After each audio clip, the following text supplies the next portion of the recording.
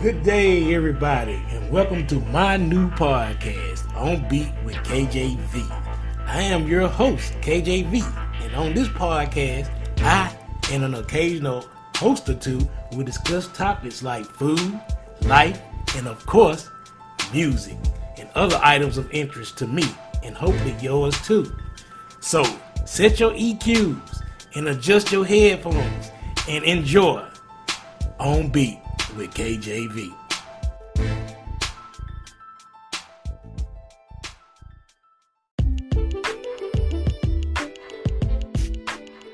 And sing. Hey, and welcome to another episode of On Beat with KJV.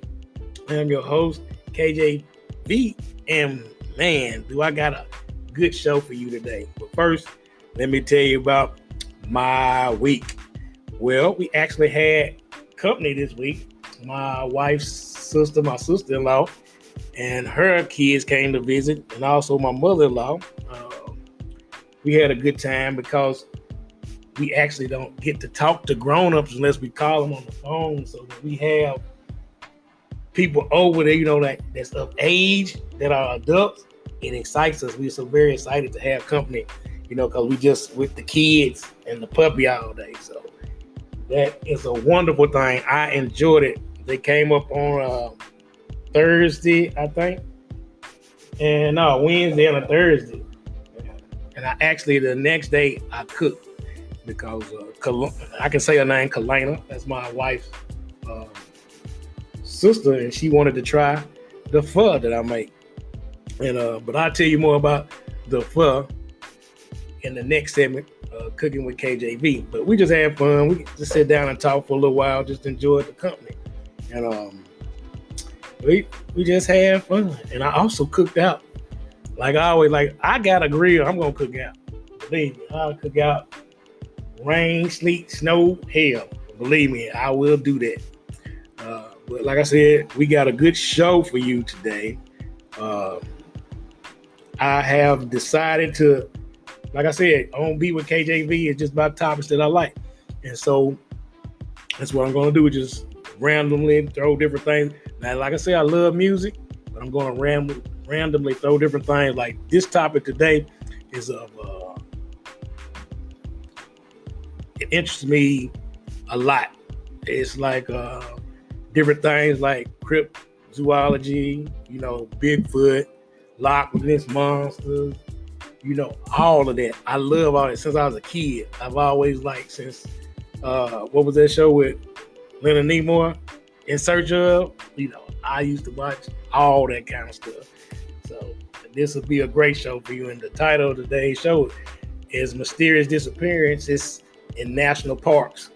And so I'm going to give you my top 5 disappearances that I like the most. And like I said, just stay tuned, but we'll get to that main topic. But as of right now, I'm going to take you on to the next segment. But I'm going to give you a few commercials.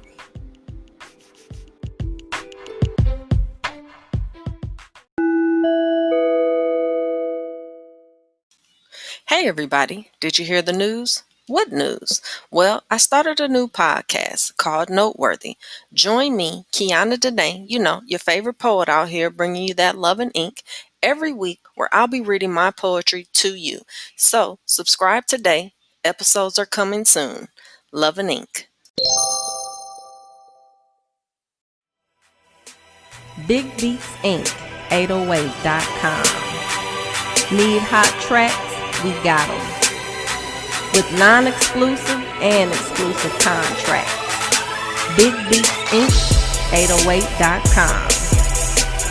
Buy 2, get 1 free. We make platinum hits, baby. Big Beats Inc. 808.com.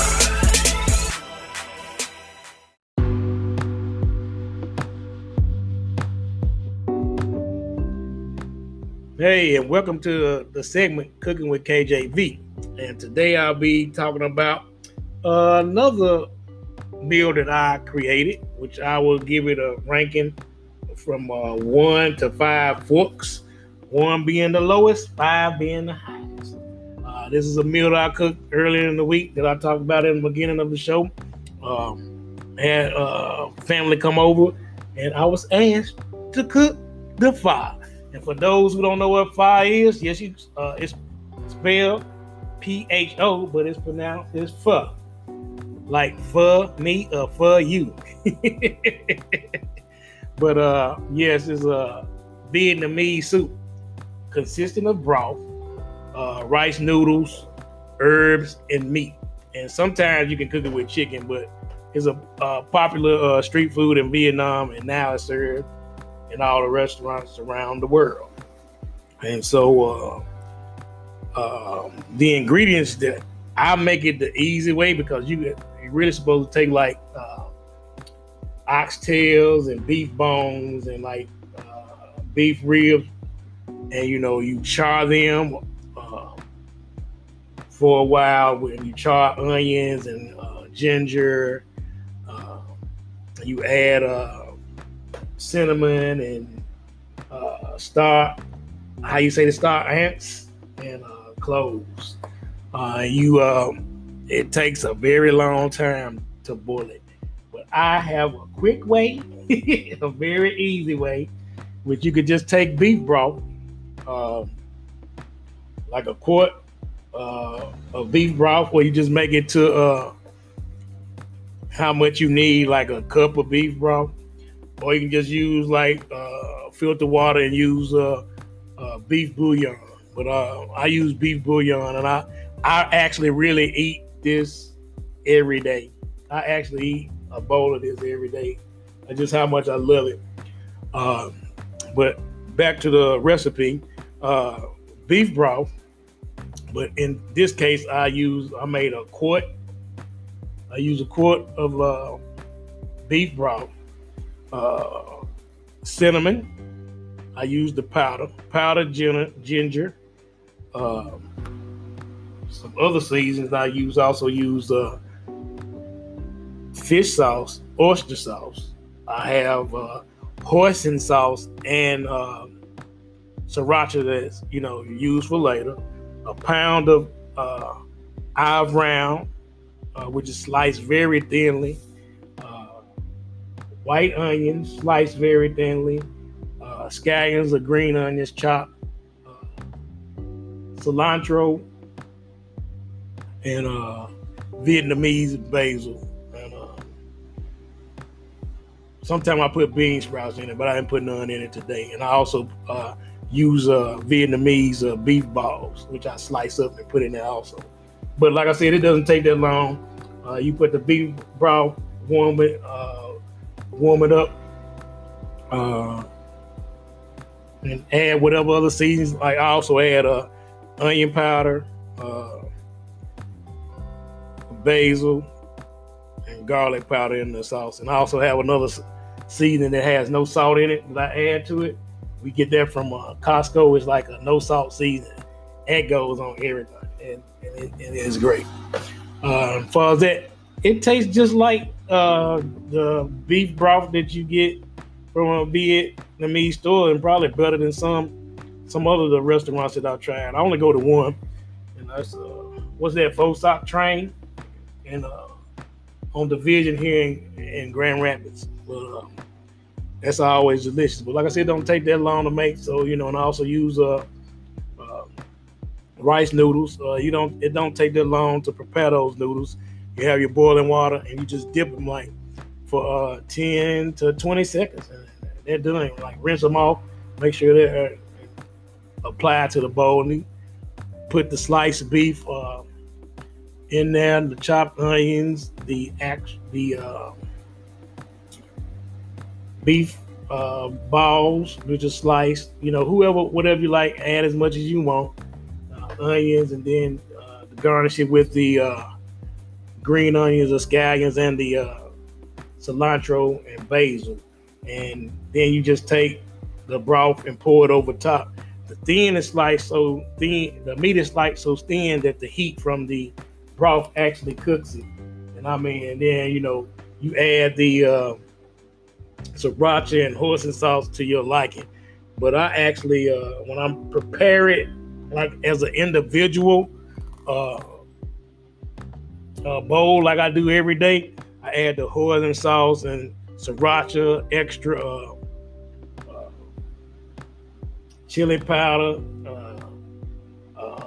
cayenne powder, and also chili oil. I believe I like stuff hot because it's a hot sauce I used to get you at the side of the waiver for, and it was over 2 million Scoville units. And you're supposed to dilute it, and I just eat it regularly. And I'm not joking. I love hot stuff. But everybody liked it, even for the first time. They never had it just because I cook it all the time when I post pics. And she just wanted to try it. You know, a lot of people say they like this stuff and be like, hey, I want to try it. So like I said, maybe one day I will eventually get to start selling stuff. But first I'll start like selling it out of the house, like by plates. And then if they like it so much, I might start catering. I ain't gonna probably ever open a restaurant. I'll probably do like a little catering service. But restaurants kind of picky, you know, different thing. But if you have a catering, you just have a actual certain menu that you do and you cater, you know, I think that'll be a lot better and easy way for the route for me to go. But as I said, it doesn't take long, maybe 45 minutes. It doesn't, if you got everything prepared, it don't even take long, no longer than 45 minutes to prepare this meal. And like I said, I love it. And like I said, I'm biased because I love to cook and my food does taste good, you know. So I'm not gonna give me 5-star because I say it ain't nothing perfect out there, but I'm gonna give myself 4.5 stars. But if you like this recipe, just hit your boy up and I can email it to you. And I may post it on my site if I post this on YouTube also. But you can always email at me at kjv17@gmail.com. And on to the next segment.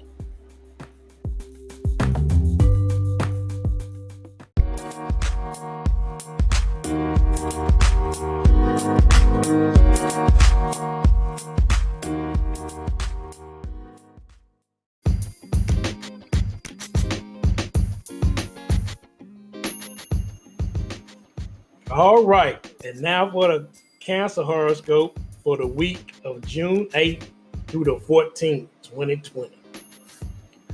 Muddled messages make it hard to figure out what's real for you, which is where the truth actually lives, if you're really being honest. An objective sounding board will come in handy on Thursday, June 11th, when foggy Neptune clashes with the sun in your 12th house.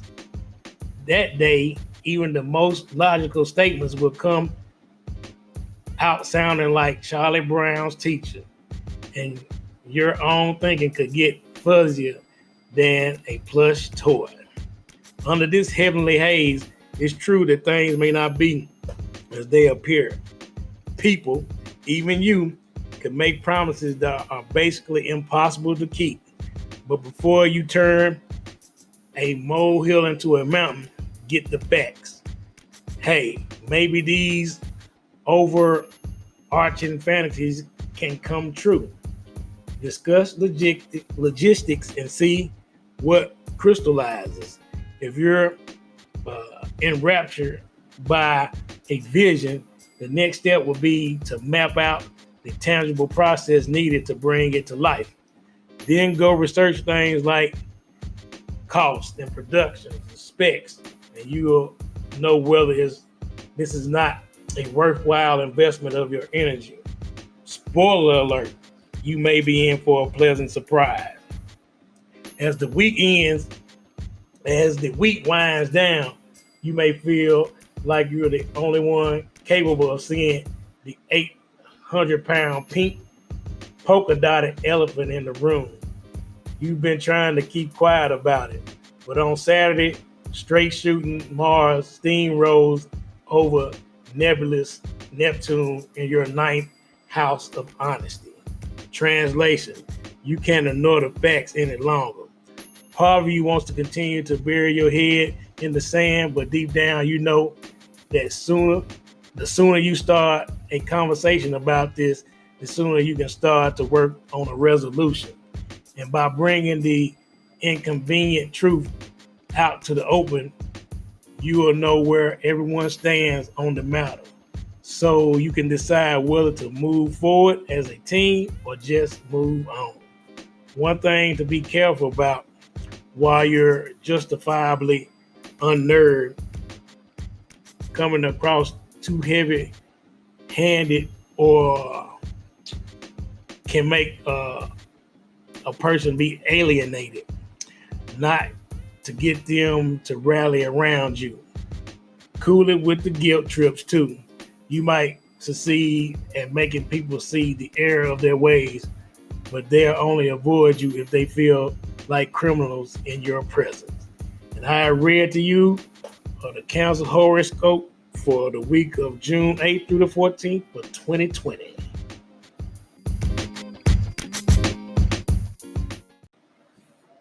All right, we are now to the main topic.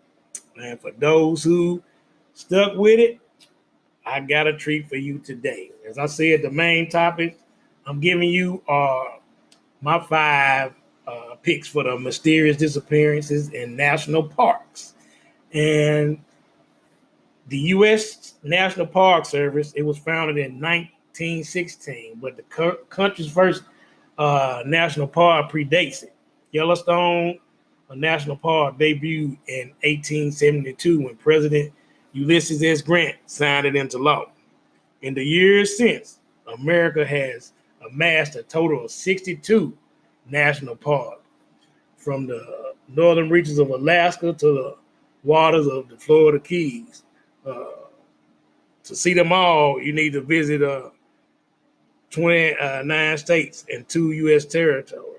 While the national park system comprises of 419 national park sites, only 62 of them have the national park designation in their names. The other sites fall into different park system categories like national historical sites, national monuments, national seashores, and national recreation areas, and others. So it is no surprise that in the past 100 years, there have been a number of cases of hikers going missing, and that is sourced from the National Park Service. Many of those who vanished were young children and inexperienced hikers, but some were healthy and seasoned outdoors people. But there is more to these disappearances than just kids wandering off or hikers becoming disoriented. Uh, what could cause someone to seemingly vanish into thin air? There are 2 approaches people take to explaining these mysterious disappearances: earthly and supernatural. Most hiking experts will say that these missing hikers made common mistakes like taking on more than they could handle or failing to time their turn back to beat the sunset, says Stevenson from the National Park Service. The disappearances have become a focus for urban legend, online message boards, and non-fiction books. The missing 411 author David Paulides thinks something is more intriguingly afoot. His book examines more than 1,100 cases of people mysteriously vanishing from the United States parks, and I'm going to give you 5 of those. And the number 5 is Bessie and Glenn Hyde from 1928. Bessie and Glenn Hyde were honeymooning in northern Arizona at the Grand Canyon when they vanished. They were traveling down the Colorado River by scow in October of 1928 and planned to boat through the Grand Canyon. Bessie would have been the first woman to ever do so successfully. Glenn had run tough rivers before, but Bessie was a boating newbie.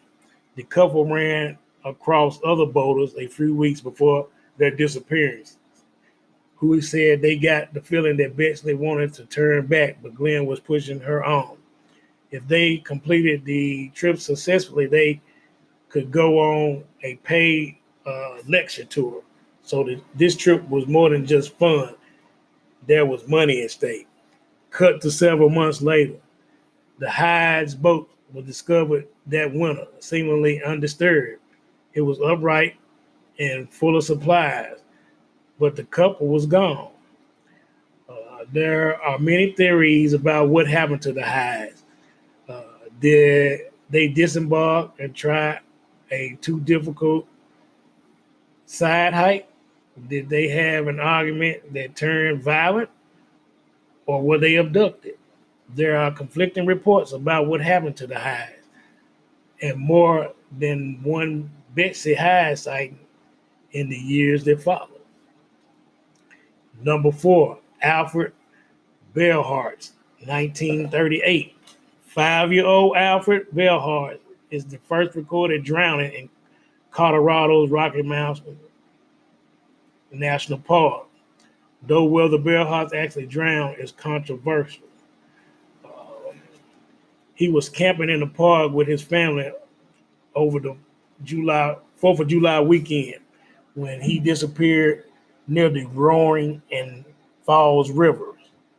Bellhardt had gone with his dad to bathe in the river, and from there he decided to join 2 family friends at the spot about 500 feet, 150 meters upstream of where he and his father entered the river. When everyone returned to camp, they realized that Bellhardt was missing. A search began immediately, expanding to more than 100 civilian conservation corps members within 45 minutes, but there was barely any sign of Bellhardt anywhere. A day after he disappeared, a couple hiking about 6 miles, 9.6 kilometers away, said that Alfred's campsite reported seeing a boy who looked like Alfred sitting in an area called the Devil's Nest. By the time the authority arrived, though, the boy was gone.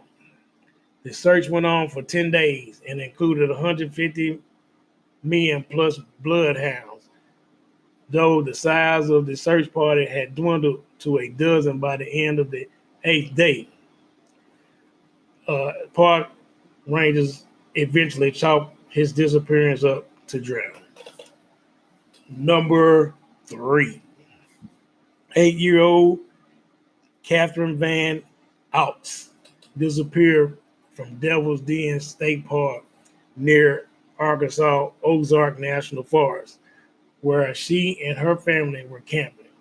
Van Alps apparently was playing with her brothers when she wandered off and got lost. And what makes her disappearance remarkable that she was found 6 days wandering in the woods. She was eerily calm. University of Arkansas student Porter Chadwick was part of the search party that found Van Alps. He told the Pittsburgh Press that when he found her, she walked stoically out of the cave and just said, "Here I am." Many of the hikers have gotten lost in that part of the Ozark and not have been found. Luckily, Van Alps was. A grown woman was lost there for 17 days and died just 50 yards from the road. Van Alps was a lucky girl. And number 2,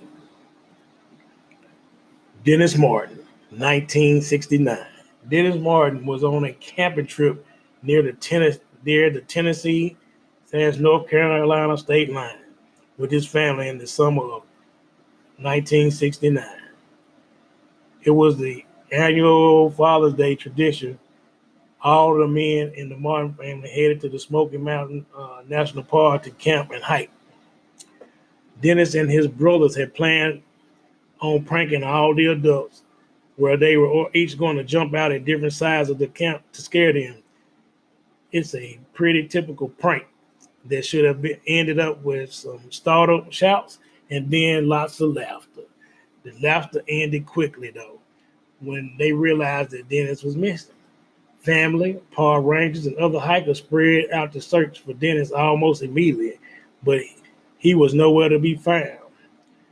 That evening, there were heavy rainfalls, which was bad news when you're trying to track down a missing little boy. The search for Martin became the largest in the National Park Service history. One of the people searching for him was a park ranger named Dwight McCarter, who has successfully tracked down hundreds of missing persons, including young children. McCarter was a seasoned tracker, and he was struck by the complete lack of any sort of tracks. Dennis seemed to have disappeared completely, leaving no trace at all. His disappearance is still a mystery. One possible lead that the searchers did not follow was a report from another family that evening that the boy went missing. The Key family allegedly heard a scream and saw a bare-type man with a lot of hair with something hung over his shoulder that looked somewhat like a small child with a red shirt, which the shirt was the red that Martin had on that day. But we'll never know because the searchers never followed that lead. So we'll never know whether this sighting was related to Martin's disappearance. And number one, which happened in 2004, was David Gonzalez. At 8 a.m. on a July day in 2004, David Gonzalez asked his mother if he could have the car keys. There was a box of cookies in the car, and he wanted a treat. The car was only 50 yards away, and his mother watched him as he walked to the parking lot near the Big Bear Lake campsite in Northern California, San Bernardino National Forest. She turned her back for a second, and when she looked back again, Gonzalez was gone. His mother reported that she heard no sound at all when her back was turned, though she did see a beige truck speeding out of the campground around the time that her son was missing. Since there was no signs of abduction, authorities did not pursue that lead. The cookies that Gonzalez went to go get were still in the family's locked van, so he never made it to the car. Rescue teams in San Bernardino County scored the woods for Gonzalez. They found no signs of struggle or of the boy. The search went on for 9 days, but rescuers never found him alive. Almost a year later, hikers stumbled upon the boy's remains about a mile from the family's campsite. Source from Brooks magazine. Authorities chalked up to a mountain lion attack, but how could a mountain lion have silently dragged a 9-year-old boy a mile without leaving any blood or a signs of struggle? And those are my top 5 mysterious disappearance in national park forests. And what do you think about it? Could these all be chalked up to something earthly or something supernatural? Disappearing without a trace, no blood, no clothes, anything like that. Because if an animal would take you out, usually you have signs, hair, fur, blood, where they bit into you, drag you out. You have time to holler, scream. But during this, nobody heard anything. Sometimes they just disappeared within seconds, like turn back around, they're gone. But if you like these kind of stories, you have to hit me up on Anchor and let me know that you want to hear more like this. If you're on Apple Podcasts, rate me, give me a 5-star, and give me a review. Tell me that you want to hear stuff like that. Hit me up on my email address at kjv710@gmail.com to say you like this. Hit me up on IG at Big Beats Inc. 808. That's BIGBEATSINC 808. Like I said, that's it for this episode. Until next time, peace, love, and Hairgrease. That concludes this episode. I am your host, KJV. Stay tuned every other Tuesday for new episodes on Beat with KJV.